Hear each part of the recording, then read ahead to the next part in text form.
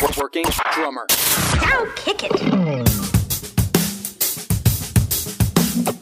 This is the Working Drummer Podcast, serving up perspectives, experiences, and stories from ground-level working pros. Advice, tips, and secrets on how to build a career in the music business.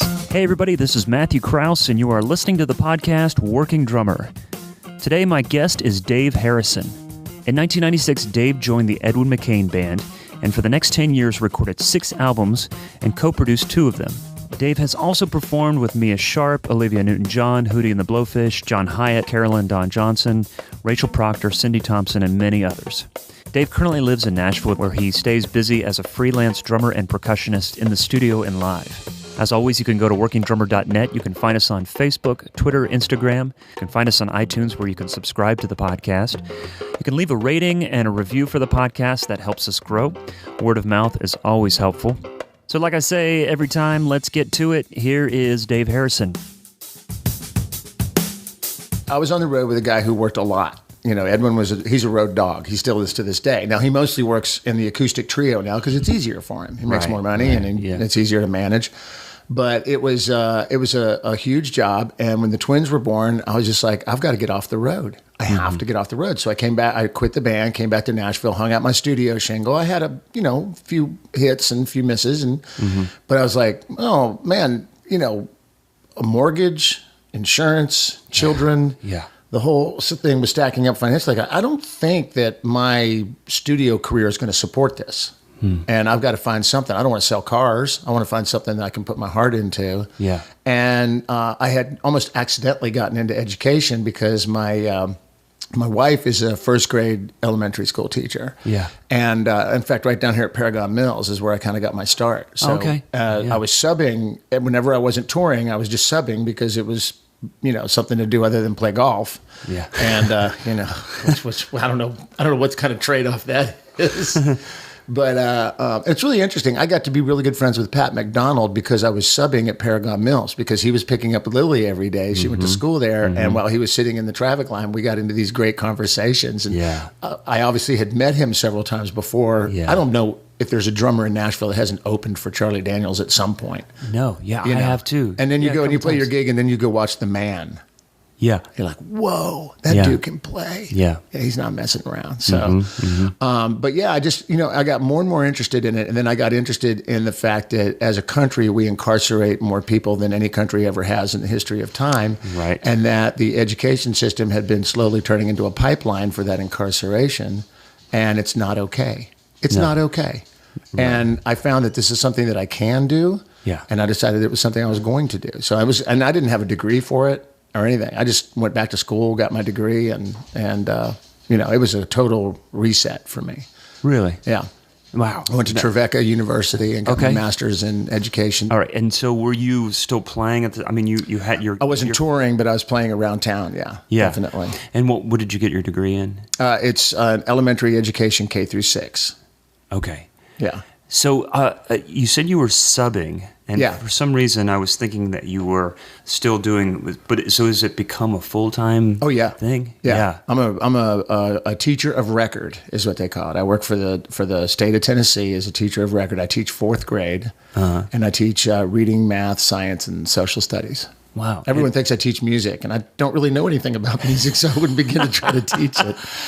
You could teach them about things that are maybe kids aren't ready for. Yes. In the music business.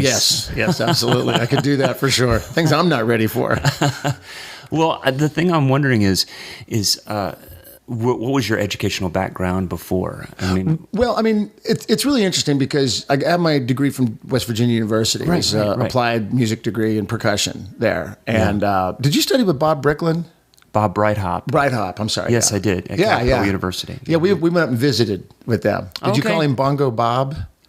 No, but I know that was his nickname. Yeah, when I was up there, they were calling him Bongo Bob. And our guy was Phil Faini, who's just amazing human being. Okay. And like a second dad to me. I started studying at the university when I was in 3rd grade, I think. What? Yeah, just through the prep department. I was just studying with the guys that were getting their degrees. Yeah. So I started studying very, very early. So I was a fixture. And in a small town, he had a world famous percussion ensemble, and he would play 3 nights and sell out a 1,500 seat arena 3 nights in a row with his percussion ensemble. And I was at every concert from like 1967 to 1990, either as an audience member or playing in the ensemble. So I really my parents offered to send me to Berkeley, and I said, everything I need is right here. Yeah. And I definitely want to get into a huge thing for me was Randy Sanderbeck was there working on his masters, and I know his name has come up on the podcast a great deal. It has. And he had come through town. I met him when I was in high school. He came in. I was playing a jazz gig at a place called the Fox, and he was on the road with some friends, and they came in and they said, "Can Randy sit in and play?" And I was like, "Of course." Now I'd seen Randy play in the pep band at the basketball game, so I knew who he was. Yeah. But he got up on the drum set, and I was like, "That's the greatest drummer I've ever seen in my life." And I can say unequivocally, he's still the greatest drummer I've ever seen in my life. He is a Vinnie Colaiuta drummer. He's unbelievable. He's also a master marimba player, a master timpanist. I mean, he's as heavy a musician as you'll ever meet. And, Murphy studied with him, Will Ellis studied with him. We have that mutual a love of Randy society. One of my favorite things that we were doing a show with Tonic one time in Jacksonville, Florida. And Kevin was playing with Tonic. And so he was over there with the monitor engineer. And the monitor engineer at one point looked at Kevin and said, "I love this guy's playing. He's got that Sanderbeck slink." And Kevin just started laughing. He goes, "That guy studied with Randy longer than any of us." So yeah, Randy taught me how to play drums for real. And I never had his facility. No one has his facility. And Vinnie Colaiuta asks him for advice. Wow, he's that good. He's amazing and a great human being. One of the nicest people I've ever known. Combination. So. That's awesome. Yeah. Well, tell me about like West Virginia. Like, so when you were growing up, did you have to audition when you went to school there? Oh no, there was no audition because, like I said, I was already a fixture. Everybody knew who I was. Right. And right. It had gotten to the point where in high school, I would be studying with a guy, and the two of us would audition for a band, and I would get the gig. Yeah. So everybody kind of knew who I was. And Mr. Faini, that ran the department, went to music school with my parents. So yeah, I was, it was a done deal. I mean, I had a scholarship. I mean, and really coming in with a 1.7 GPA out of high school and still managed to get a scholarship. And you're teaching our children? And I'm teaching your children. Yes, it's been quite. Now, I would say at Trevecca, I had a 4.0. So yeah, right. I grew up eventually. I learned to like school. Yeah. But when I was a kid, and it was drums, I just cut school every day and stayed home and played drums. I just wanted to play drums. That's all I wanted to do. Me too, man. It was really just a manifestation of ADHD, which didn't get diagnosed till I was 50 years old. I was like, what? Why are you just figuring this out now? He goes, well, you're a drummer. You're supposed to have ADHD. Keith Moon had ADHD. Yeah. I think that it's interesting that, like I went to school, I grew up in Columbus, so I went. Oh, right on. Yeah. So, around late in high school, I knew where I wanted to go. I knew where I wanted to study. Yeah, and it was right there. Right? Yeah, Bob's program was just notorious. Top-notch program, yeah. So I was going out and sneaking in to see him play and to see other people play. So when I went to the audition, there's 4 of us sitting there waiting to go in. He walks out with his assistant, looks at all of us and says, "Oh, hey, Matt, what's up?" Yeah. Because he knew me. Yeah. And the other 3 players, good, they're just like, man. And I don't think I ever saw them again. But so applied music. Yep.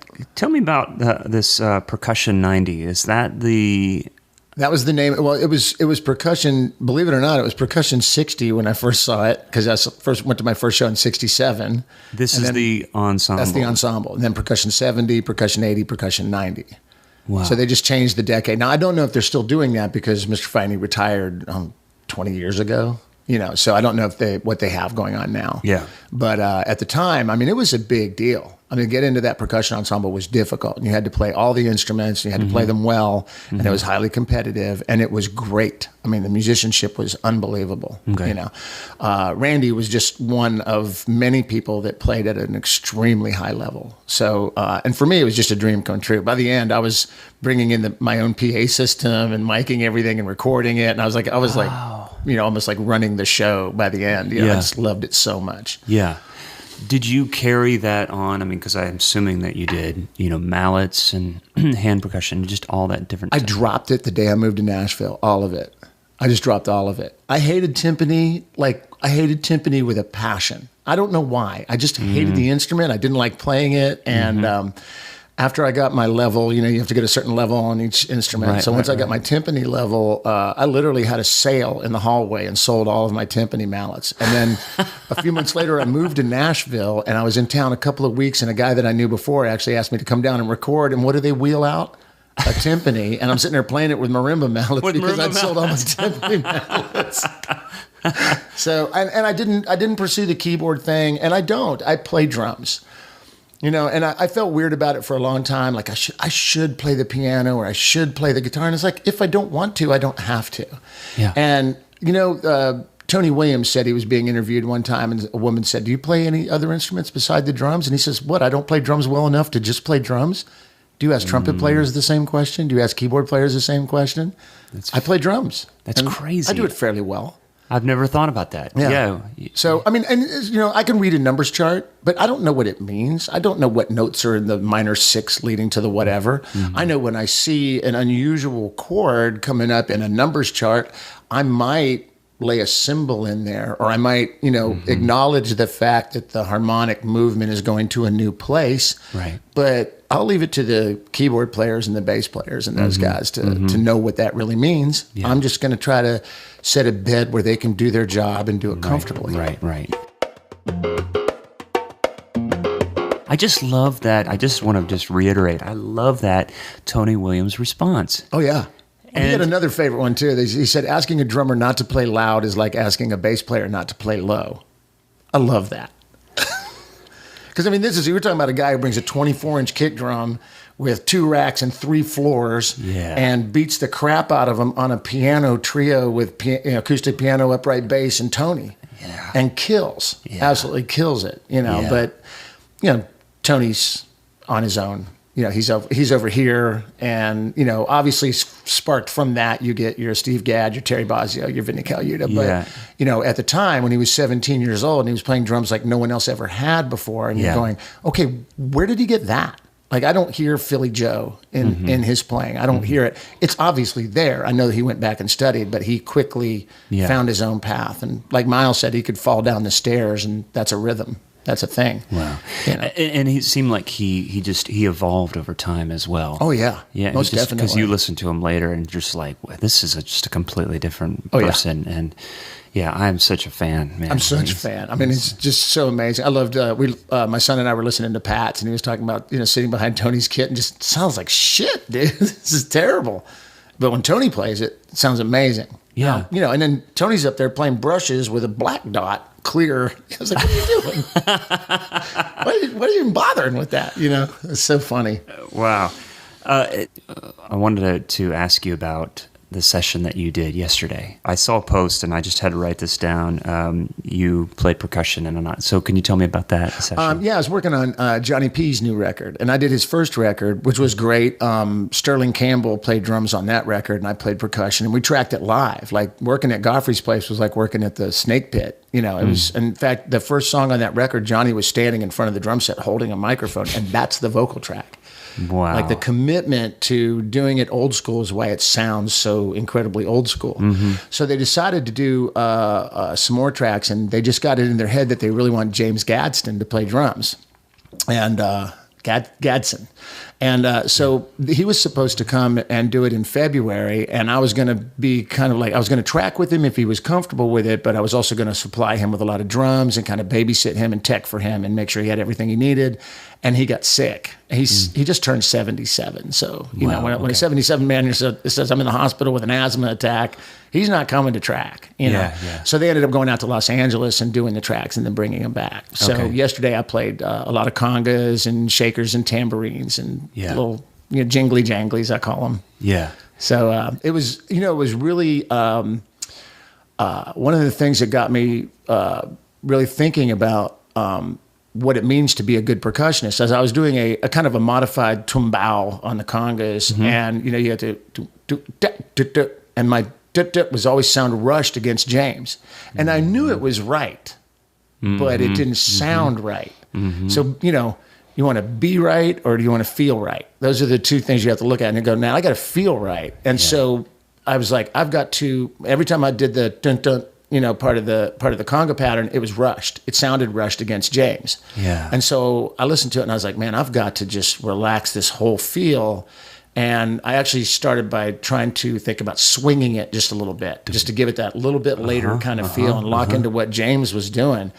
James was unbelievable. Like when you are listening at that level to a drummer, you are really inside his head and inside his music. And it's amazing to me, like how inaccurate his kick drum was and how inaccurate his hi-hat was at times and how dead on his snare drum was every single time. And that's what creates that cool thing that he's got. You know, for me, it was, he played on Dancing Machine by the Jackson 5. If he only played on that his whole life, I would have been just as excited to go track with him, you know? Yeah. So, you know, I went back in and recut the conga track on it and got what was, I felt like a little bit more relaxed and it fell into that pocket a little bit. But that's that intangible, how do you teach that, you know?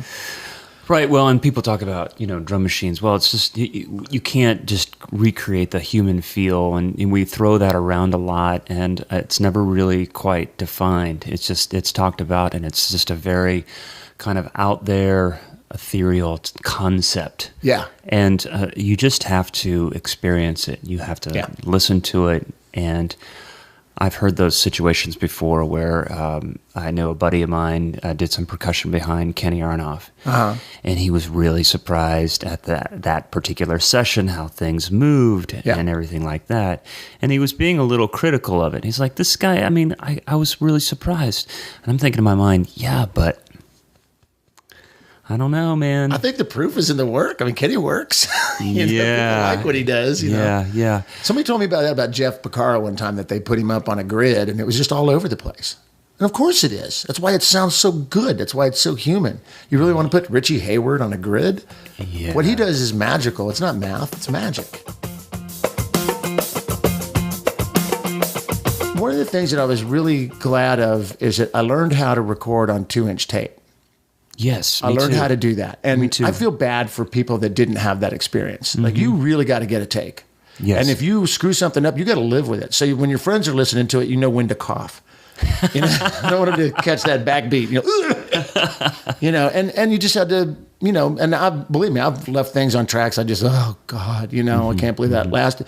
And then Pro Tools came along. Yeah. And so when it first came along and I was watching someone comp drum tracks for the first time and we were making an Edwin record and I was just sitting there going, this is wrong. This is terrible. This is awful. And, you know, it's not going anywhere. The shift was, I think what happened was a lot of producers used to come from being musicians and then all of a sudden you had all these producers that were coming from being engineers and they have a different standard and you know, just because you can do something doesn't mean you should do it. And the people that are really successful in creating great music ignore that. You know, don't put 15 microphones on the guitar and then decide in the mix which one you want to use. Make a commitment. Stick a 57 or a 321 and make a commitment right there. You're making a record. So you're committing to this.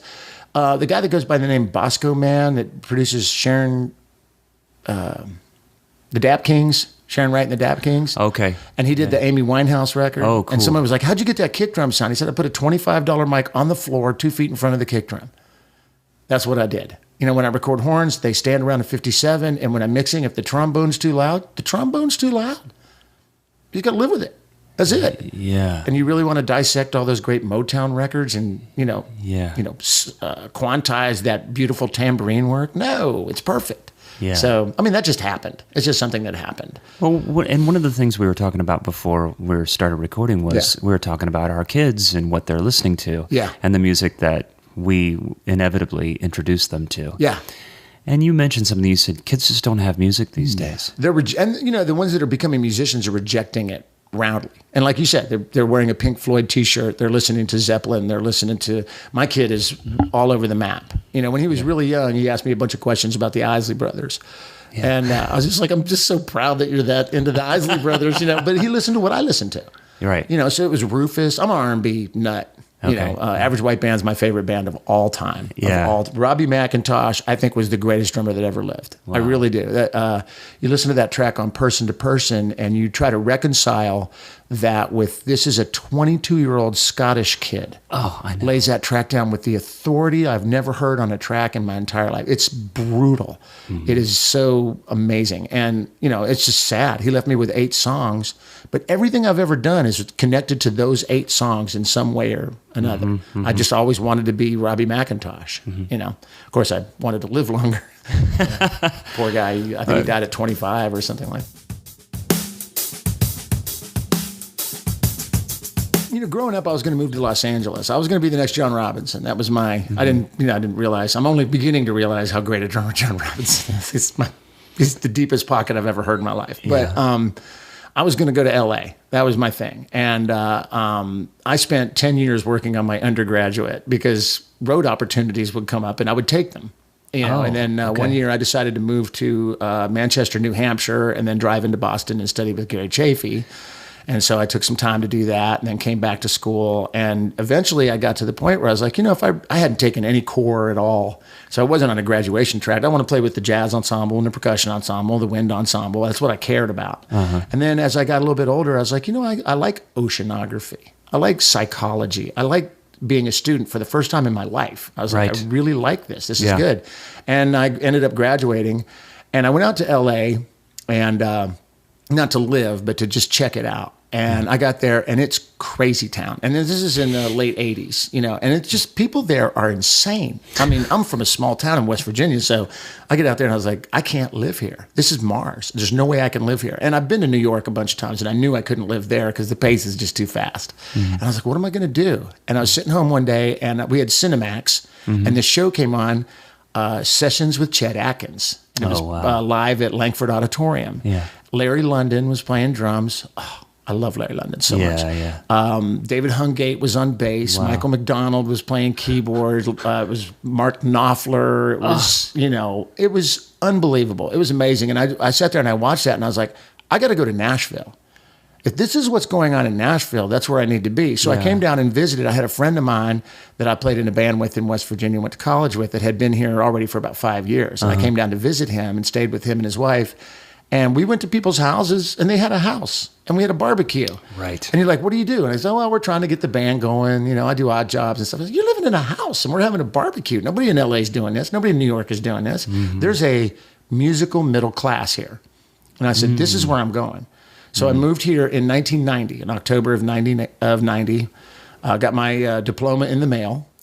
You know, and moved here. Had to sell my beautiful Rogers drum set to have enough money to rent a U-Haul to get down here. And I moved down here in 90 and just started doing the stupid stuff that everybody does. I was answering ads in the scene, you know, looking for a drummer for a project, and I'd go and check it out. And it was usually a bunch of idiots. But I did meet, the first musician I met when I moved to Nashville was a guy named Max Ratliff, and I just played a gig with him Saturday night. Wow. We played together in 2 different bands, and he's amazing. He's an amazing guitar player. So, and I just started beating the pavement. I could not get arrested. I didn't know how the business worked. I didn't know anything about it. And I was a little bit older, too. I was 27, 28 years old when I moved here. 28, I think. Yeah. So it was difficult. You know, I worked, painting gas stations, working in factories, just whatever I could find, and then just tried to find gigs. Now, did you consider, like, well, this town is notorious for country music? And so I had never heard country music. I'd never listened to it. I had never played in my life with an acoustic guitar player ever. Yeah. When I moved here. So what was your take on that? I mean, were you like, okay, I'm going to be open to all things. This is what I want to do. I mean, how do you compromise? I mean, was there compromise, I guess is the question, in your vision of how you were going to make a living as a drummer? No, it was just, can I make a living as a drummer? Okay. Can I get a paycheck, please? You know, I was working, I got to the point where I was playing 5 or 6 different bands. I had a gig almost every night in town. And if I made $80 by the end of the week, that was a good week. Mm-hmm. So, of course, I had a day job, because $80 a week ain't going to pay for nothing. Right. So it was just, can I do this? Can I make a living playing music? And also, when I moved to town, it was the changing of the guard had already happened. Like Larrie Londin was the man, and then it was when I moved to town, Eddie Bears was the guy. Yeah. I mean, he was on everything. Yeah, especially that was that the time. man. Yeah, for sure. Early 90s. And, I was working at Walden Books at the Hickory Hollow Mall one day, and Larry walked in. Oh, wow. And I knew him through, seeing him playing videos and just loved his playing so much. The first 45 I ever had was Amos Moses, which he played on with Jerry Reed back in the early 70s, late 60s, whatever it was.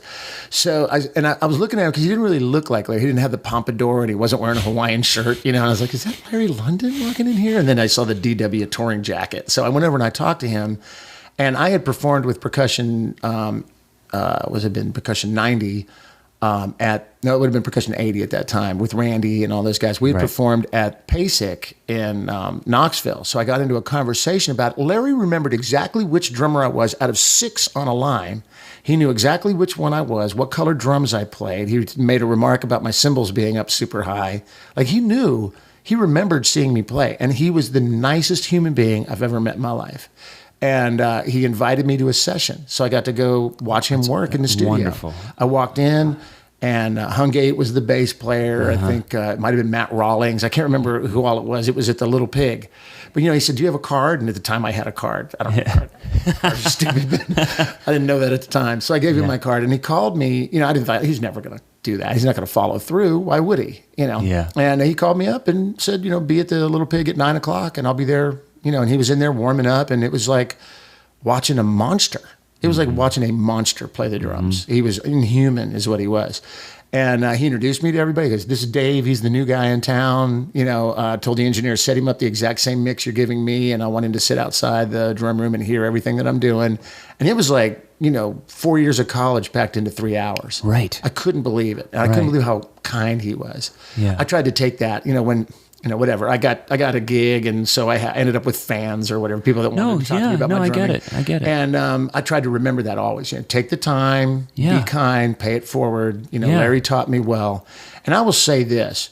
I've said this a million times. Larrie Londin would be extremely proud of the drumming community in Nashville right now. I have never seen anything like this before. That's a great thing. The great friendships that we have, and the camaraderie and the rooting for each other, and nobody's competing with each other. There's gigs. Yeah. I mean, there's plenty of gigs. Country music is the new modern, there's the new pop music, and there's plenty of gigs for everybody if you can play, and everybody has everybody's back. There's nobody that wouldn't give you the shirt off their back. Yeah. I love this. This has been absolutely amazing. And you've noticed a change since you've been here. Yes. Oh, no. And I don't think this exists. I don't think it's ever existed anywhere at any time. I don't think it exists on any other instrument or in any other town. I think this is unique to Nashville, and it's unique to this time right now. I think the drumming community in general, as long as I've been involved, even in Columbus, I felt like there was a camaraderie. There was a community. I know what you're saying. There was this underlying community and support that we even experienced through the podcast. Yeah. But nothing less, just to protect us from all the drummer jokes. Somebody to commiserate with. That's right. They made jokes about my drool. Right. But I know what you're saying. There's another level, and then we experience that out through events like the Drummer Jam and other things like that. In 1995, around a couple days before Thanksgiving, I got a call. Now, let me preface that. Edwin's saxophone player and band leader and I went to high school together. So... he would come in and say, I'm playing with this guy. We're starting to make some noise, and then they came a couple times and played at the Exit Inn after they had their original drummer, TJ Hall. And they would invite me they'd say, hey, man, we're playing at the Exit Inn. Why don't you bring some percussion stuff and sit in with us? So I'm sitting there playing songs I don't know. He didn't have a record out, and I didn't know anything about it. And I'm playing. And then in 95, around Thanksgiving, I got a call and said, TJ hurt his back and he needs to take a couple weeks off. And can you be in Cincinnati tomorrow? We've already FedExed you a tape.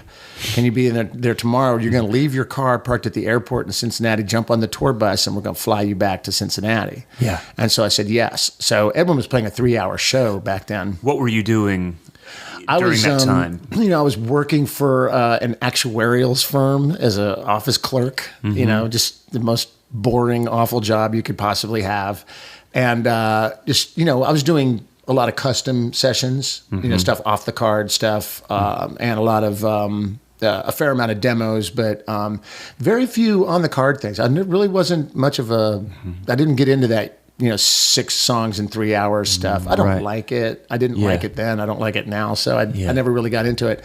So I was just Scrabble, just hard scrabbling, trying to make a living and everything. Okay. And so I get a call, and it's just a 2-week thing. And I was working in a band called The Keep. And that band was amazing. My friend Max, the guitar player I just told you about, and John Dedrick was the keyboard player, and Lee Hendricks was the bass player who plays with Eric Church. Wait, there was a picture. You posted a picture of that band. And is John in that picture? Yeah. I got to take a closer look at it. John's in the picture. That's funny. Yeah. Okay. So we were trying to get a record deal, and we rehearsed all the time. So I was really committed to it. So I really went out to Edwin just to make some money and sub for a couple of weeks, but had no intention. And his record had come out on Atlantic, and I'll be honest with you, I didn't really like the record very much at all. I mean, Edwin was clearly extremely talented, but the record just, you spent $250,000 on that, was my attitude at the time. When I got out there, what I discovered was Edwin was the dream gig I've been waiting my whole life for. I just realized it from the first gig on, the way he sang, the way he plays the acoustic guitar. He's unbelievable. He's the best acoustic guitar player I've ever played with, by far. Wow. Just pocket. He's a frustrated drummer. So he just plays guitar, and when he, and his pocket is deep. So we played together for 2 weeks, and, I brought a different sensibility to his music, as more of an R&B based sensibility that he really connected to, because he's an Earth, Wind and Fire junkie, and so he, they really wanted to make that change, and so I came back home, and let's see, it was in January. They called and said, "We want you to be the full-time guy." And again, it was, can you be in Allentown day after tomorrow with the show learned, ready to go, kind of deal. So I literally had to go to Forks and buy cases, because I had soft cases for my drums, and so got all that together and went up and went out on the road with him. And that was that massive run that we were doing. Jewel was our opening act at the time. Wow. Yeah. She was just solo acoustic opening act. And we traveled all over the place, and every club we played sold out. And, I took pictures of people just lying around the block, and it was the most exciting thing I've ever done in my life. Were you in a relationship at that time? Yes, I was married, yeah. You were married? Yeah. Okay. My first wife, Gigi, yeah. Okay. And we talked about it. We didn't have kids yet, so we talked about it, and she said, you got to go do this, obviously. Okay. Kind of just want to throw that in there, just kind of see where we're at on this. Yeah. So she was working as a ad executive at the Nashville scene. How many days was that tour? Well, that tour for the band was they ran an ad in Rolling Stone magazine, and he had a hit called Solitude, and the tagline on the ad was, "With 327 dates last year, how did he find time for solitude?" Good Lord. And so, I mean, I wasn't there for the entire run of that, but just the taste of it that I got just wore me out. I mean, it was unbelievable. And I think there were times we would do 3 weeks straight without a night off. And Edwin, if you've never heard him, he's a singing fool. That guy's got, I always call it titanium vocal cords. He would go out there and just kill for 3 hours every night, and it was vocal driven. So 3 hours, that's pretty amazing, because a lot of times on a tour like that, you're thinking, well, you're doing a 45 or an hour and a half at the most set. No, we were headlining. I mean, it was almost like Bruce Springsteen-ish. We eventually learned that, when the lights came on at the end of the show, 2/3 of our audience had left. So we started cutting it back, But this was before, he had a small rock hit with Solitude. Darius Rucker sang the bridge. Okay. So that was kind of that was almost his foray into Atlantic Records, Okay. So, and then he was actually on Lava, which was a small imprint with Jason At Flums. the time? Yeah. Okay. And then they closed down all those satellite records, so they folded him into Atlantic, and nobody at Atlantic really was that interested in Edwin McCain. You got to remember, like, when we would go do big radio shows, it was track acts. And here we are, a bunch of middle-aged guys that play instruments. And, we would get to shows and people didn't even know how to deal with us. You don't have tracks? No, we play instruments. It was really weird. Wow. So, really it would have been doomed if it wasn't for the song I'll Be. And he wrote that song I'll Be. And I think I may have been one of the first people to ever hear it. He pulled me aside at the Bilo Center one time and said, man, I just wrote this. I want to see what you think of it. And it was that line, I'll be better when I'm older. I was like, I think it's going to be a hit. I really do. I think this is going to rock. Yeah. And so we went through, we got off tour for a little bit. We went into a studio in Atlanta with just us and just started cutting some stuff. And then I came back to Nashville, and I had been working with Matt Rawlings on, he was producing a lot of stuff on The Keep. And so he and Kenny Greenberg were producing something, and they asked me to come in and play drums on it. So while I was there, I played him the stuff that we were doing with Edwin, and Matt was like, you think you can get Edwin to come to Nashville and let us record him? I was like, yep, I can probably do that. That sounds doable. Yeah. So I talked to Edwin about it, and he said, sure. So we went in, and Matt and Kenny ended up producing Edwin's second album, Misguided Roses. Wow. And they did a wonderful job with the song I'll Be, but the label wanted a different sound, and that's where Matt Serletic came in. And Matt Serletic was flying real high with Matchbox 20 at the time. Okay. They wanted, and he'd been with Collective Soul. Oh, so they wanted him to come in and redo the track, Okay. And so they released that thing, and it was just dogging, it was just dogging, and the label wasn't really turning on the publicity gas. You know when it's on. Yeah. When Jewel was our opening act, by the time we got to Los Angeles, there was a 3-page spread in the LA Times about Jewel, and she's our opener. Right. And all the tickets were bought for the Roxy show were all bought by her fans. Yeah, because you were talking about 95, 96 when she was... 96. Yeah. Right, 96. right. And I'm like, she was just coming out. Wow, she was opening up for y'all, and then that... Yeah. That's amazing. Well, one thing I learned too is be really nice to your opening act, because you will be opening for them before it's over. And that happened several times. We've had Train as an opening act. We've had Patty Griffin was our opening act for a whole tour. Yeah. Be nice to them, because especially in the rock world, you're going to open for them before they close the book on this. You're going to be opening for the Verve Pipe. They were great guys. Semisonic. Yeah. All of those 90s bands, and we didn't, not everybody had a tour bus. A lot of people were in vans and trailers, and everybody was just nice to everybody. This is your dressing room too. This is your food too. Just, we share. Yeah. And it served us well. So the song I'll Be came out, and we were dead in the water. I mean, we always use the joke like a Bugs Bunny cartoon. The plane is crashing, and then it just stops like 2 inches from the ground and doesn't hit the ground, because the show Dawson's Creek featured the song on their season finale of their first season, and we sold 45,000 records the next day.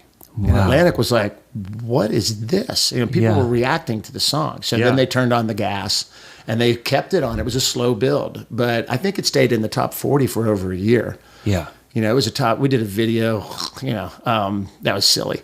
But we did a video that was in the VH1 top 10 videos for months and months and months, and none of us could believe it was even happening. Yeah. It was just weird. No, I had mentioned it when I was talking to some buddies and even to my wife. I was talking about getting together to talk to you, and I said, do you remember that song I'll Be? And she doesn't, it's like sometimes titles eludes us. Right. But my weak attempt at trying to sing the chorus, and she's like, oh yeah, I know that song. Yeah. Everybody, it's like, a classic, I know that song. Yeah. I mean, that was a bucket list item for me. Play on a classic song, play on something that's going to be around forever and ever and ever. And I got a chance to do that, So you guys cut that in Nashville originally with Matt Rawlings. In his basement. Yep. Okay.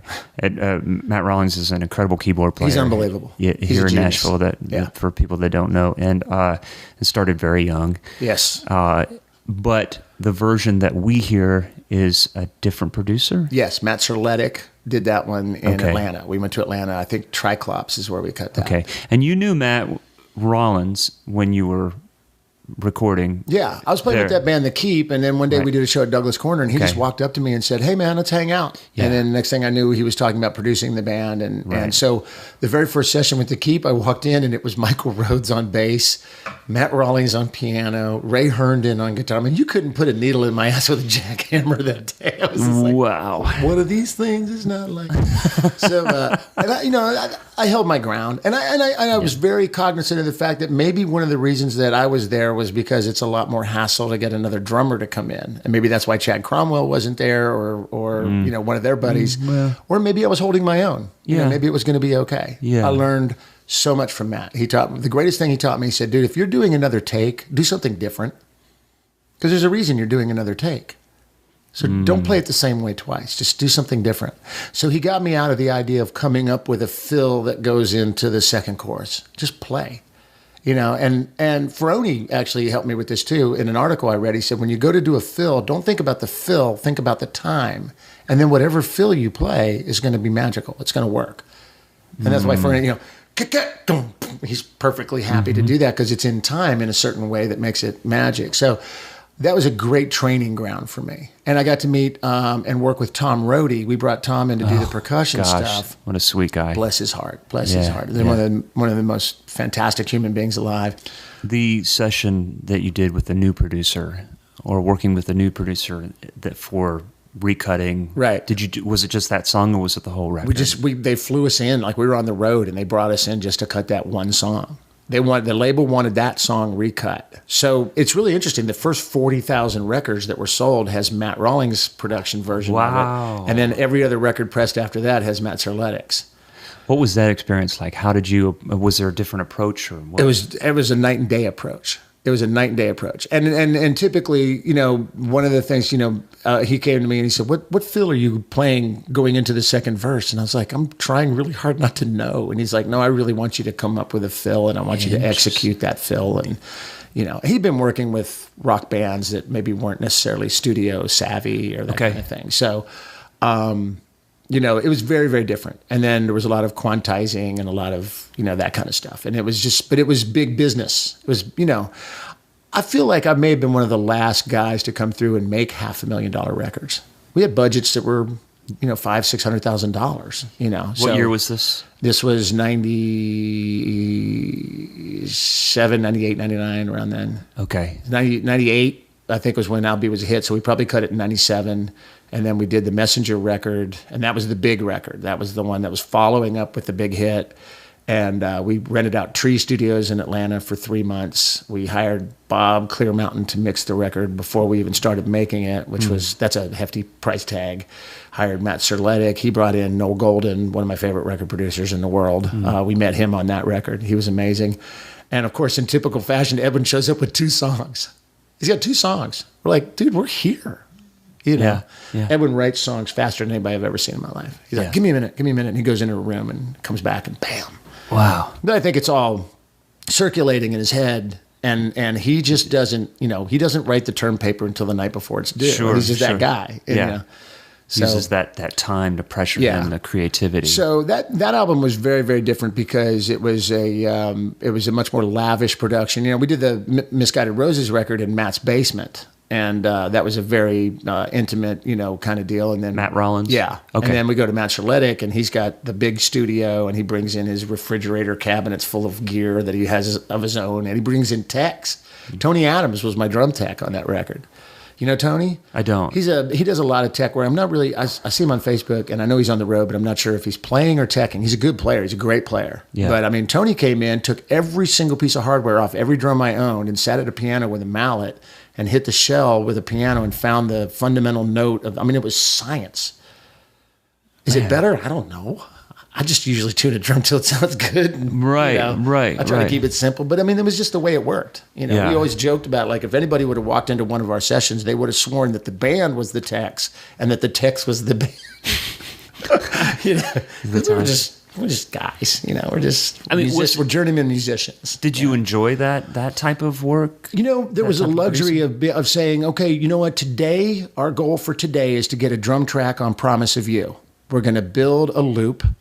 And then once we get the loop edited and the way we want it, then you're going to track the drums on it. And I'm going to play with the guys or whatever, but they only play it one time and then they leave. And then the rest is just me getting that track. And I mentioned that one because it was another one of those, I really felt like I was hitting the crosshairs on that click. I felt like I was right on it. But Matt kept going, dude, I need you to get above it. I need you to come in early on those backbeats. I need you to be above the click, get the click behind you.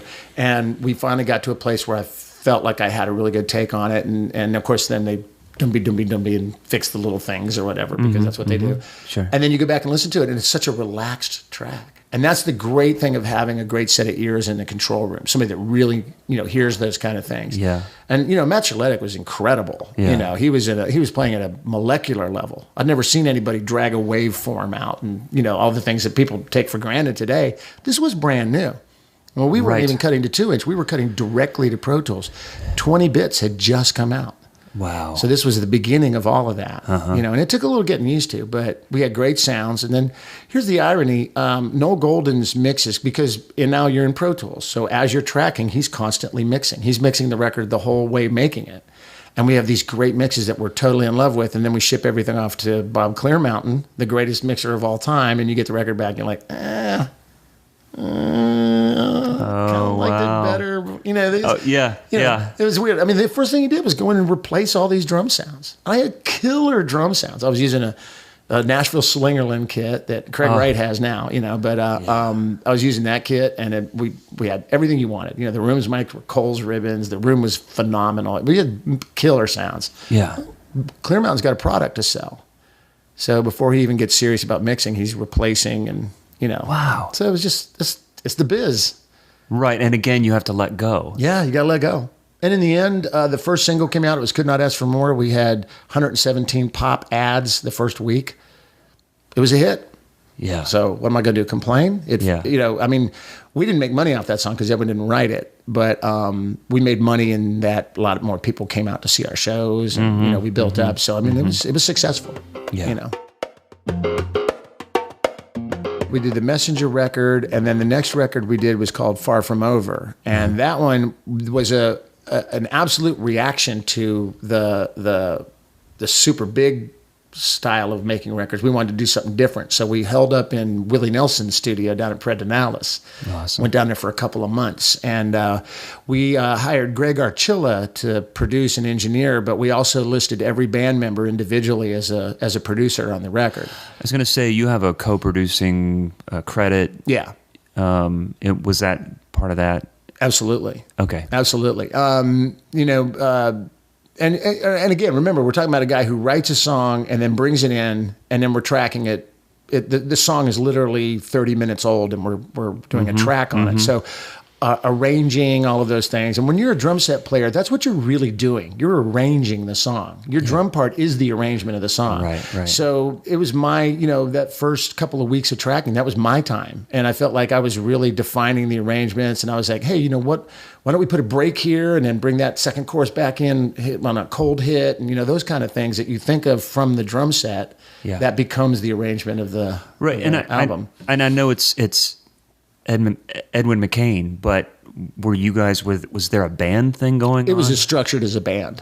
Okay. The way I look at it, we were more of a band than a lot of bands that were, advertising as a band, because we were cut in. Like I was cut in. He gave me a very generous percentage of the writer shares of his royalties. Man, that's he cut amazing. Everybody into every piece of the pie.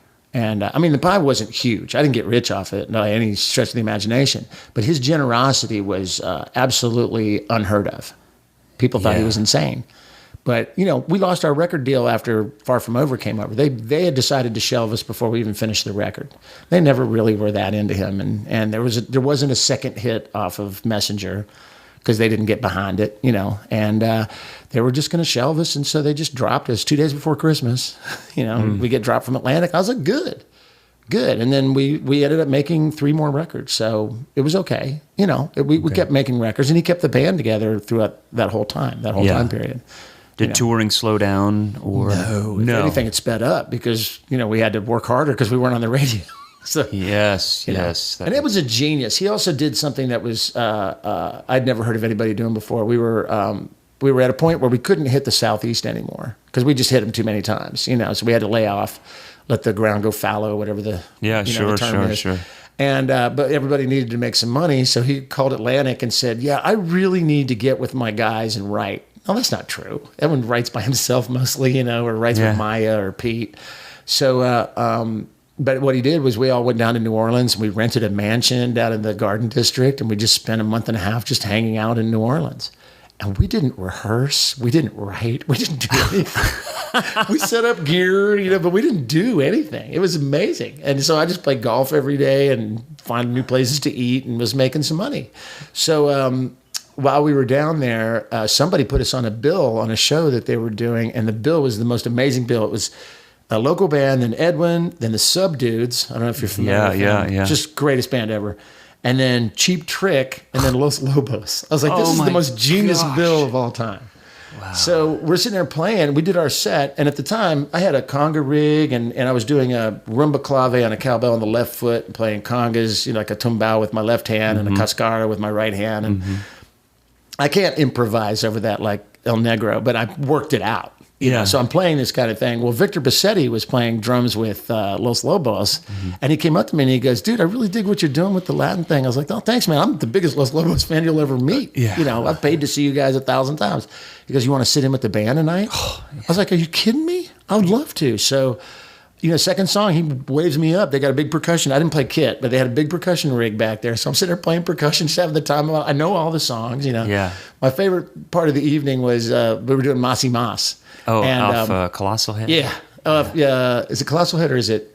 Yeah, it's Colossal Head. That's right. I get that great record. This time. That's the best record ever. Love that record. But so we're doing Masi Mas, and I'm sitting there playing congas, and then Hidalgo gives me a conga solo. He has no idea who I am. He doesn't know why I'm on the stage. He doesn't care. This guy's give a shit button broke off a long time ago. Right. So he's just like, "Ladies and gentlemen, on the conga drums, this guy back here." But it was really sweet. And he came to me and he said, after the gig, Hidalgo came up to me, he said, "Man, you're welcome to sit in with us anywhere, anytime." And I just bought tickets to see them after that. I was like, I'm not going to try to get lightning to hit this same stump again. This was a magical night. Let's leave it there. And then they got Cougar Estrada, and I was like, okay, they upped the ante on stage quite a bit with percussion, so I'm going to back off. Did they have percussion before? They had a percussion rig, and Victor was kind of their percussionist, drummer, and backline guy. Those guys, they fly in.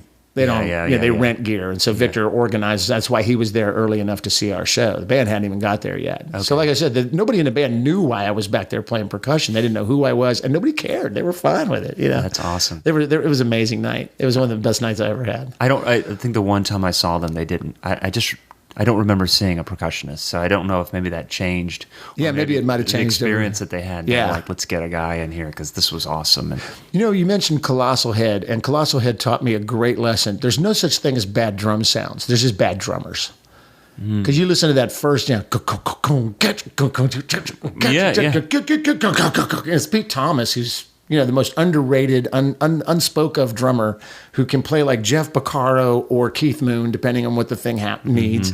Greatest drummer ever. But those drum sounds are terrible, and they work so well. And that's when I just stopped caring about getting perfect, pristine drum sounds. They just don't, that record blew my mind. Yeah, mine too. Yeah. Pete's a fan of the podcast too. Oh, is that right? Yeah. Oh, hey, Pete Thomas, you're a genius. Yeah. One of the best drummers ever. We're trying to make it happen in person, but it might have to be over the phone. So you got to do that. Yeah. Get him. I mean, I want to hear what he has to say. So as I want to talk about kind of as things slow down with Edwin, because there's always this relationship that we have with as drummers. No matter how involved with the bands that we work or the artists that we work with. And it sounds like you had just the most ideal situation with Edwin as far as him involving you and just that level of creativity and respect. I never once worried that he was going to bring in a session drummer. I never once had that thought. I was going to play drums on all his records. That's the way it was. Yeah, so, it sounds amazing. It was. But when all is said and done, we have to kind of think about the next step, right? The next thing. And what was the next thing for you? The next thing for me was having twins. I got divorced and remarried, and when the twins came, I was on the road again.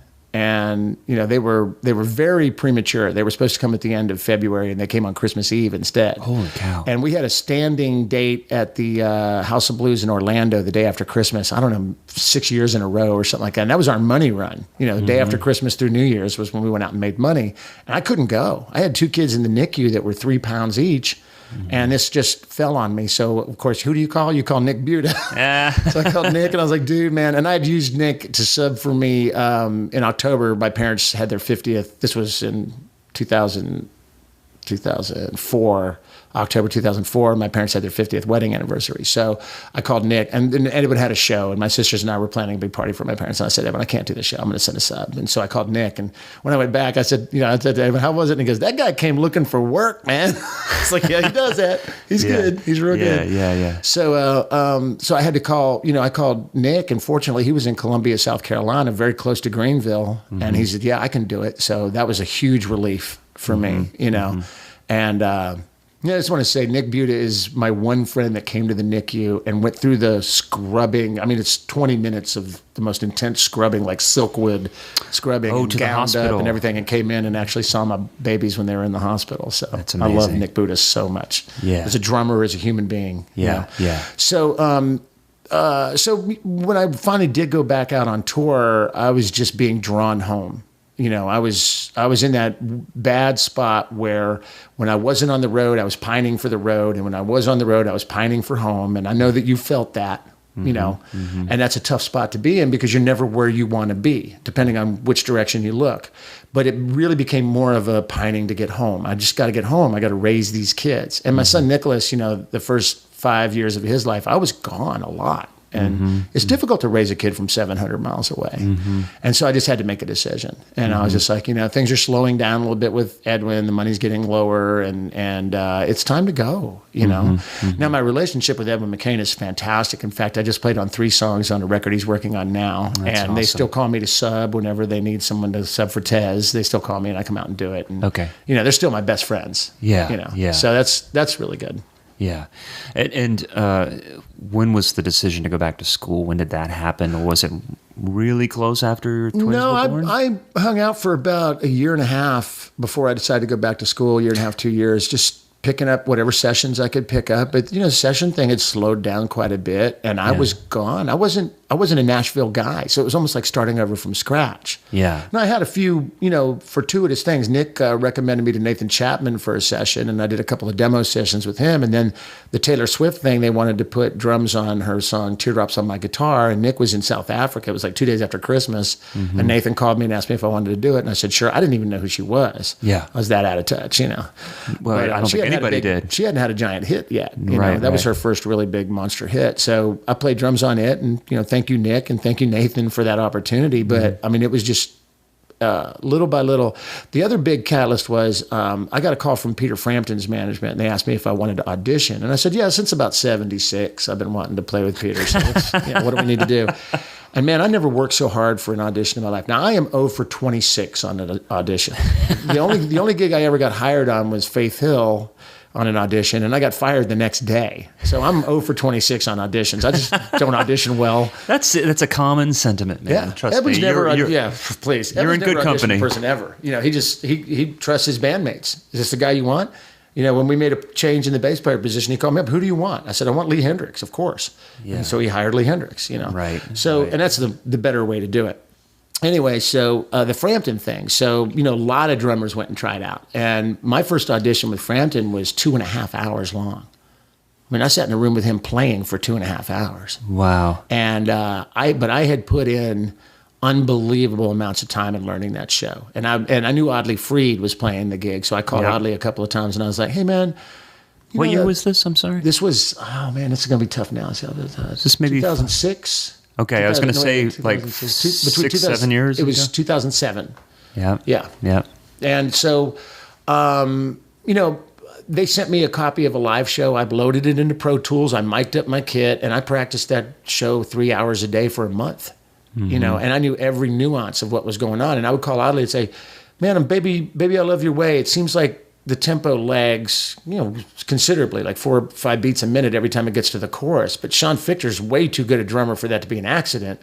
So is that coming from Peter? And he's like, dude, you are so getting this gig. Wow. I went at it that hard. Didn't tell a soul either. Didn't tell anybody I was contacted, So after they did the whole week of auditions, they called 2 guys back. And it was me and Dan, I want to say Wojciechowski. But he was with Olivia Newton John before that. And I had subbed for him with the Olivia Newton John gig. And like I said, when you're listening to a guy, you get really deep into their music. Sure. And I was like, this guy's a monster. So it came down to me and him, which I was proud of, but I didn't get the gig. They went with Dan. And the nicest thing I can say about that was about 3 days later, I get a call. I'm in Sam's Club buying diapers. We bought diapers by the hundreds back then. Pissing and shitting machines. So I'm buying diapers, and I get this phone call. Don't recognize the number, and I answer it, and it was Peter Frampton. And he called me, and he wanted to thank me for the time that I had put in and compliment me on my playing. And he said, I know we're going to work together someday, which is code for we're never going to work together. But I just told him, I said, well, dude, you're a class act. Nobody calls the musician they didn't hire and thanks them for auditioning. Yes. I've never heard of such a thing before. Me neither. He's a hero in my book. I love that guy. Yeah. And I didn't get the gig, and that was it. I was like, that's as hard as I've ever worked. And then things got bleak.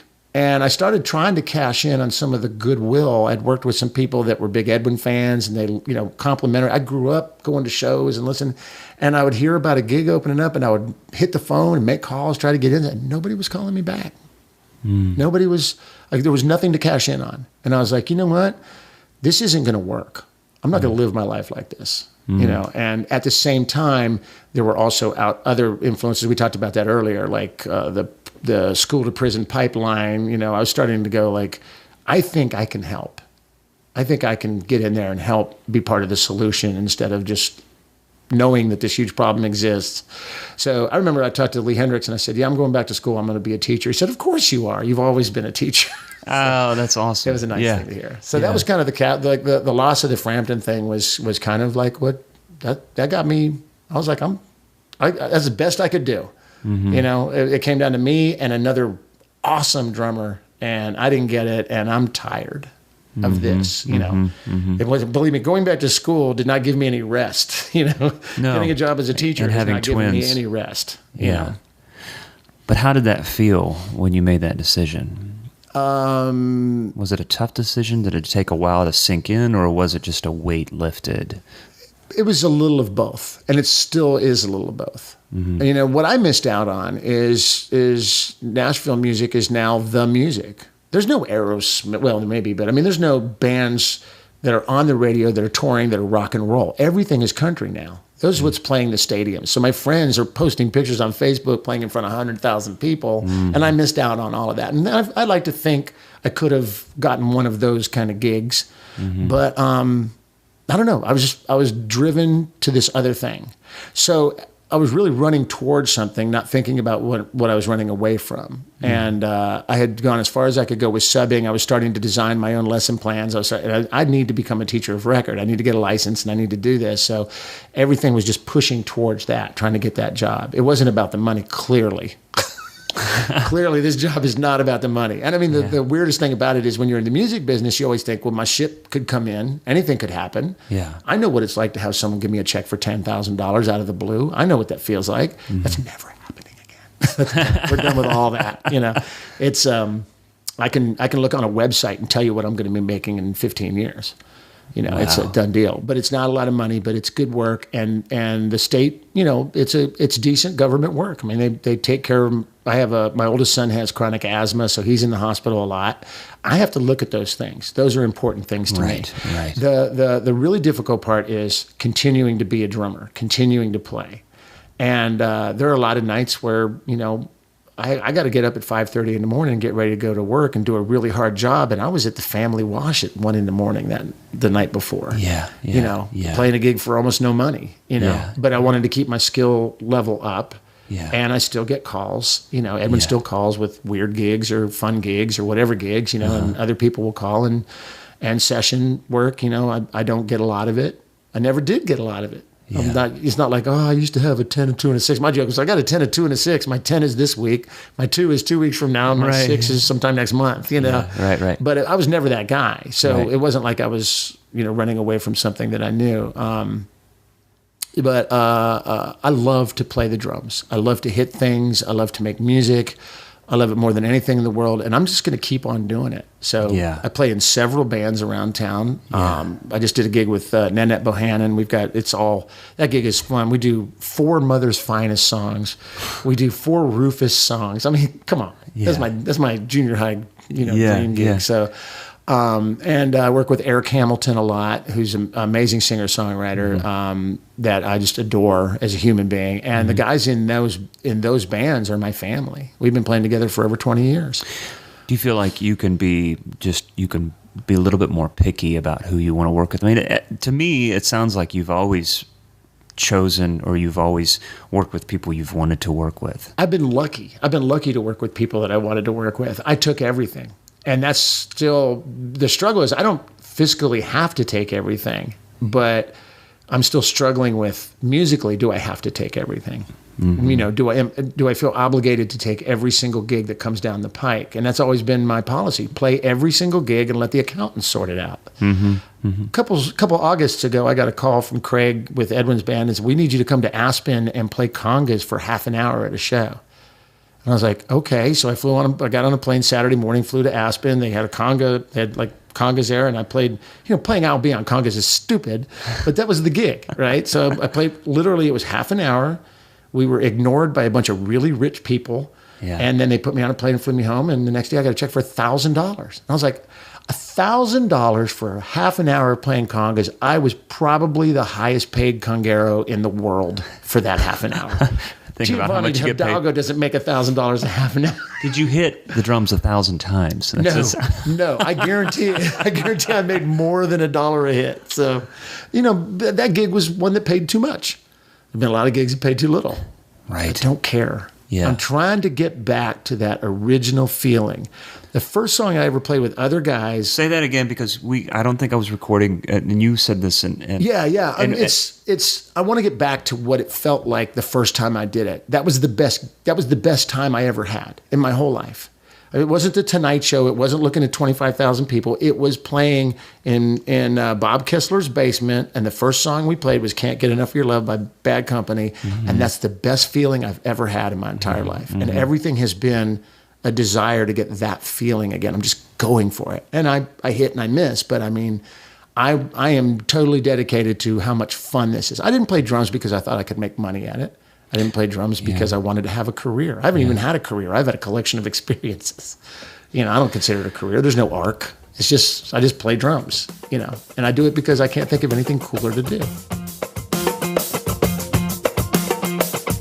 Yesterday I came home from work and I was like, that was a great day. I just made a record with James Gadson. That's a red letter day for me. I'm putting that on the calendar, I've had so many amazing experiences and I'm so grateful. I never got over it. Every gig I ever played with Edwin, at some point during the gig, I was like, I'm in a band. We're headlining this club. We never got to Enormo Domes. We played House of Blues. Enormo Dome, love that. So, but I'm doing this gig, and over there playing sax and keyboards is my best friend, someone I've been friends with for 37 years, and we're doing this together. When we dreamed about doing it, listening to Tower of Power and Average White Band in his basement, we didn't have the balls to dream of doing it together, and here we are doing it together. Whenever I play with Edwin now, there's a point every single night in between songs, I will look at his bass player, Jason, and I'll say, hey, man, I get to be in a band with Larry Chaney tonight. Larry Chaney's the most amazing musician you'll ever meet, and it was never lost on me. I never got over it. It was Christmas morning every single day. Yeah. And it still is. It's a miracle. And, I don't know. How would you describe Edwin McCain's music? That was an interesting thing because when we were working on the record, there was a lot of conflict about, we need a rock hit. We need a rock hit. And I remember, he took me one time to Atlantic Records office, and we're in Jason Flom's office with, Hootie and the Blowfish's manager, and they're talking about this need for a rock hit. And somebody said, well, what do you think? And I was over putting. I was just, staying out of the meeting. And I said, well, here's what I think. I don't think people that listen to Edwin are going to go through Linkin Park to get to him. He's not a rock artist. He's a CHR artist. I think people that listen to Bonnie Raitt and James Taylor and people like that. Edwin's music is, it's steeped in a Southern R&B culture. His voice is amazing, but his lyrics are about something. It's never, it's rarely ambiguous. And then when it is ambiguous, that's even beautiful too. You know, we talked about that line, you know, I'll be a love suicide. And I asked him, what does that mean? He goes, I don't know. It's the way it rolled into my head. Yeah. And, you know, producers begged him to change the line. Yeah. Oh, to the point where they put it in a movie one time and they chopped the line out. He made a lot of money off that mistake. You know, but he is an R&B based acoustic guitar slinging songwriter who just writes, plays, and sings better than anyone else of his generation. He's the best at it. He's not the most successful in terms of record sales or billions of dollars made or whatever, but he's the best. And for him to come to me and trust me with what he does, you know, to say, okay, I have this and I'm going to trust you to put it in the right place. That was a huge responsibility that I took very seriously. I'm not a guy who says, you know, I need to work on my paradiddles today, and I'm going to sit and play paradiddles and move them around the kit. I'm not that guy. I'm not a chops guy. I'm not that guy. But I am driven by what my next assignment is. And this is one of the things that I love about the loud jams, the Tom Hurst loud jams. The last one that they did, I played a Fishbone song that was double kick all the way through. And that is not in my wheelhouse at all. So, I mean, literally the blisters are just starting to go away from all the practicing I did just for that stupid no pay one song. I put in hours and hours. You know, and I wanted to learn how to do that. I wanted to pay homage to, I think, you know, whatever his last name, Fishman, Phil Fishman, the drummer from Fishbone, was just the best. He was like Neil Peart with solid R&B feel, you know. And so I wanted to do that. So if it takes a little practice, then that's what I'm going to do. Right. And I've always been that way. I want to learn this. So what skill set do I need to know? Well, once I apply that skill set to learning it, I have it now. It's in the bank. And if I need to whip it out and bring it over here. The other thing that I think a lot of drummers miss too, you know, everybody loves Steve Gadd. Get outside the box. Everybody loves Steve Gadd. Everybody loves Vinnie Colaiuta. You can't do what Vinnie Colaiuta does. I'm sorry, you can't, I can't, nobody can. He's in a world, he's in a class. He's like, there's Buddy Rich and then there's Vinnie Colaiuta and then it goes down from there. And you can be inspired by him, and certainly I was. I mean, there was a time I was dissecting him to the point where I called him at home. In 82 or 83, 82 I think it was. I'm sitting there, I can't figure out the second verse of Keep It Greasy from Joe's Garage. And so I'm like, I'm going to call Vinny. So no cell phones, 411. Yeah, I'm looking, director says, Sherman Oaks, California. Let's try that. Vincent or Vinny Colaiuta, spelled it out for him. Yeah. They gave me a number. I called it. He answered the phone, talked to me for an hour. Broke it down, talked about twos and threes, So there was a time when I was really into that kind of thing. Well, I don't know if I'm going to steal something from Joe's Garage or whether I'm going to steal something from Barrymore Barlow, who's one of my favorite drummers ever, or if I'm going to steal something from Robbie McIntosh, which I totally am, or whether I'm going to take a Ferroni or whether I'm going to take a if I take something that they had and apply it to something completely different and people go, ooh, he's so innovative. I'm just copying. I'm not innovative. I'm not smart enough to be innovative. Vinny's innovative. My collection of who I've listened to ranges from Papa Joe Jones to who's the kid that I'm seeing on New York all the time, real linear. But anyway, we'll go with JoJo Mayer for that. Sure. Who's the next kid? He's on Bowie's last record. Al Wilson turned me on to him. He's unbelievable. Yes. Can't think of his. This terrible. Yeah. Oh, he's amazing. In post, you can tell everybody what his name is. No. On Bowie's the very last record he did. Yeah. And he's like the New York guy, and he's kind of reinventing the language yet again. But I mean, everything from like I thought it was Matt Chamberlain on the track, but it's not. No, it's just a new new guy. But Chamberlain's another one. Oh, I know. He's. But I think I know what you're saying, because there's gigs that are coming up, or there's songs I need to learn and things I need to work on. And then I have a list, like I have a running list in iTunes and Spotify that work on these songs. And they're songs that I know probably they're Tower Power songs or whatever, right, that I know I'll probably never play in a band. But they're songs that I just want to dig into for no reason than if some of that juju gets in on my hands and my feet in just on my gig, then I'm happy. Yeah. Because I just have to go there. Yeah. Absolutely. And it may, you're not going to play Soul Vaccination as a beat to a song, but it might make a cool fill. Or parts of that, whatever skill you learn, that linear thing might make that great fill that someone else wouldn't have thought of. Yeah. That's why I love this podcast. It's just so about learning about drums. It's just I can take a record and I don't like to listen to myself, but sometimes I'll go and I'll say, I remember where that fill came from. Yeah. And sometimes it's that and it's like, that's my Matt Chamberlain thing that I heard on that Fiona Apple song. Yeah. And if you're not stealing from Matt Chamberlain, you're missing something great. Right. Somebody said, what about this bit-a-bop? Well, I got that from a Rush song. That's it. And what about that when you go, da-da-da-da-da-da? I got that from Rich Redman. Right. From a country song that I had to learn for a gig once. And I thought, that's cool. Hey, I know it's Rich. Yeah. So it gets into your system. It does. Either your buddies, great, wonderful peers or your heroes that seem untouchable, except when you dial 4011 and say, I need Vinny's number. Yeah, that was a ballsy move. And he was so kind. He was so nice, you know. And he was just on the cover of Modern Drummer for the first time, like a month or two before that. Oh. So, I mean, it was, he was, I can't believe he was home. It was in the middle of the daytime.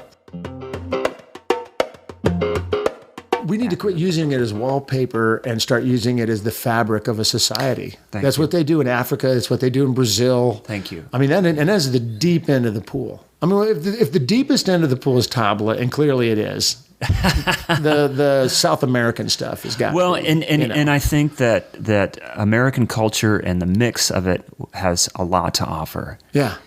I'll get behind it. I'm not going to say, I wish we were like this, I wish we were like that, musically. No, we've got a lot to offer. I mean, Jesus, we introduced jazz to the world. Yeah. If we can do that, we can do anything. Absolutely. I mean, come on. Absolutely.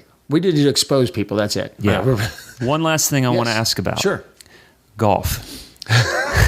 Oh, I used to play golf like it was my job. Parallels between playing drums and playing golf. Golf is infinite improvisation.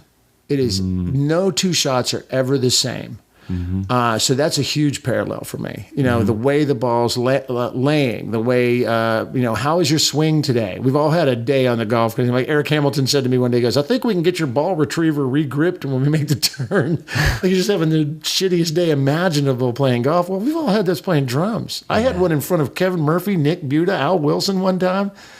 They got there and I was 4 bars into the gig and I knew that I was in trouble. Like I didn't have access to the lower part of my parking garage. It was closed off today. I'm not going to get down there. And I knew it immediately and I was miserable. Mm-hmm. Well, the whole thing was playing out in my head. Yeah.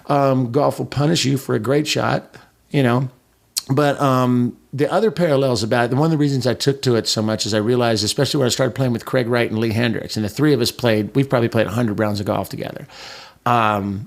We never got a cart. We walked the course, and I found myself walking up a steep hill, breathing through my nose, completely relaxed, completely just, in this moment, really that there's a lot of Zen in golf. There's a ton of Zen in drumming, Now, what golf will never be is TM, and drumming can really be transcendental meditation. It totally can be. Mm-hmm. In fact, I know that because at WVU, we had this huge collection of African instruments that was like 150 years old, and we would get together on Saturday mornings and play a beat for 2 hours without variation. Yeah. And boy, that's TM right there. Yeah. Yeah. But those are the parallels between golf and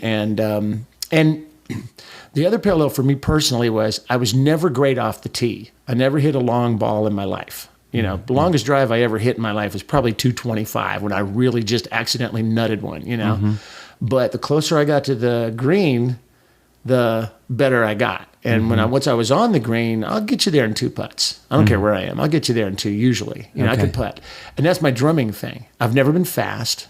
I went to my drum teacher one time. I said, dude, I'm working on getting fast and it's not coming. And I've been working legitimately hard at it. And he says, well, can you run fast? I was like, no. He goes, can you swim fast? I was like, no. He goes, well, what do you do fast? I was like, nothing. He goes, well, what makes you think you're going to play fast? It's not for everybody. You don't need it. Mm-hmm. And when I had the Hey See Dixie gig, that gig was a lot of train music. And I had the chops to do it. So I had enough, Mm-hmm. I'm not going to kill anybody. I'm not going to blow anybody away with my chops, but I can work, Yeah. So he got me concentrating on other things. Same thing with golf, I'm not going to be great off the tee. Quit trying to hit the 250-yard ball. So I know very little about golf, but I just wonder, just because I understand there is that psychology behind it, and sometimes it's good days and bad days, and we all have that. And I think that we have those moments. I love outdoor things. Right. I love bike riding and mountain biking and even hiking and running and just being out. And I try and think, it's like, how are these things connected? Because for many of us, drumming is like breathing. Yeah. It's a part of our soul. And no matter what we do, no matter if we're, teaching, working, doing other things and not working as quote unquote full-time drumming, it's always a part of us. It's always, I guess I have, as I'm transitioning and trying to figure out how to manage my on the road and family, I get so much peace in the fact that I know that I'll play drums for the rest of my life. Yeah. In whatever capacity. Yeah. I will too. The principal bassist of the Atlanta Symphony died on stage playing the song There's No Business Like Show Business. She was like the longest running And I've worked with her. I've played with the Atlanta Symphony several times with Edwin. And I just thought to myself, I should be so lucky. That's the best out I've ever heard of in my entire life. As opposed to laying in some bed for a long time or whatever. There's no business like show business, and your heart stops and it's over right then and there. And you have a bass in your hand. Yeah. That's the best death I've ever heard of in my entire life. I should be so lucky. That's my plan. Yeah. That's my plan. Or, most likely I'll get hauled out of a classroom, toes up, because my retirement plan isn't really, there's no 401k in this business. So, I'm pretty much planning on dying on the job. But, no, I think that it's that feel, and you're comfortable when you're behind the drums. You know who you are. You know you're doing what you're supposed to do. Yeah. And in the absence of that feeling, sometimes a round of golf or a nice walk, and I've replaced all that with fishing. I fish constantly in the summertime. I'm in the Harpeth River just fishing. I don't care if I catch anything or not. Just the zen of trying to throw that lure right where I want it to go, and then hey, there's an otter. And there's a bald eagle, and there's a water moccasin. But just being outside, and I think it's very connected to what I do. Yeah. I feel like we've covered a few things. Yeah. No. I appreciate you taking the time. It was so nice of you to ask. I mean, I felt weird about it because I'm a fourth grade elementary school teacher, but we did one of the drummer or the loud jams, and I did Gino Vanelli's Brother to Brother, and some kid, like a young guy, comes over and goes, "I've seen you play a couple of times. Who are you?" And I just said, "I'm a fourth grade elementary school teacher," and walked away. Welcome to Nashville, bitch. It's hard. Exactly. But no, this was so much fun. And I listen to the podcast regularly. Thank you. Yeah, it's in my rotation of 8 podcasts that I have to follow. But I love this one. I think it's the best musician podcast I've ever heard because it is so positive and it's so education driven. And that says a lot about the way you handle it. Thank you, man. It's it comes from a very selfish place. I just want to know. I feel like I'm running out of time, and I want to answer a ton of questions. And it has a lot to do with, what other people are doing. And it's like, how are you doing it? What's going on? Absolutely. There's the door of the dog. That's the end of the podcast right there. Thank you so much. So there you go. Dave is one of those guys that has been a huge supporter of the podcast, even early on. His feedback has always been positive, and I honestly, I really appreciate it. I appreciate his interest. I appreciate him listening and spreading the word for us. He is an insightful guy and a great player. He's had lots of great experiences on the road, and I appreciate him taking the time to sit down and talk with me.